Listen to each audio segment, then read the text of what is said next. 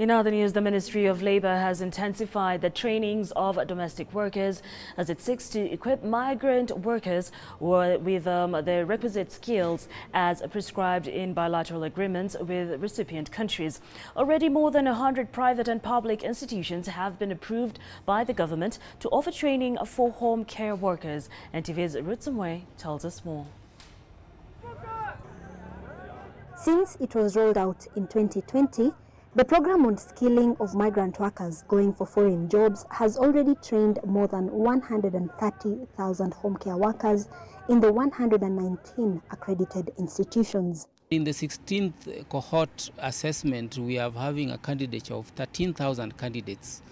And every year we do cohorts of about 10.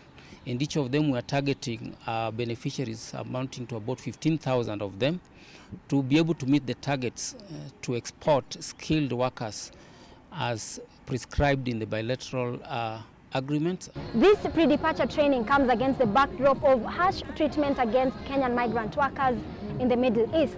Recent data indicate that a total of 93 Kenyans died under unclear circumstances in some of the Gulf countries since 2019. The government, through the Ministry of Labour, in partnership with the National Industrial Training Authority, as well as the National Employment Authority, have already set up a curriculum under which the home care students will undergo.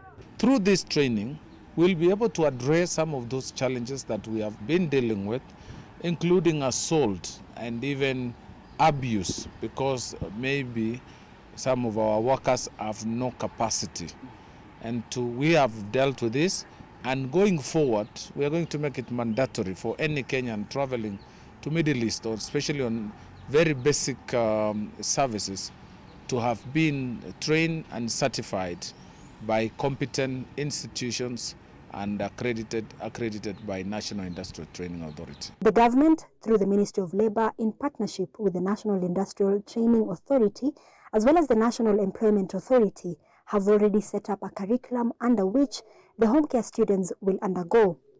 And as the government seeks to beef up security measures for its residents working abroad, anyone seeking to travel will be required to have completed Class 8 and be proficient in speaking English. Lack of communication, ability to engage, has been identified as one of the causes of our challenges that we've been going through. Meanwhile, the government, through the Kenyan embassies in the host countries, is working to address cases of harsh treatment that has been meted on Kenyan migrant workers. Earlier, they would just board a plane and leave.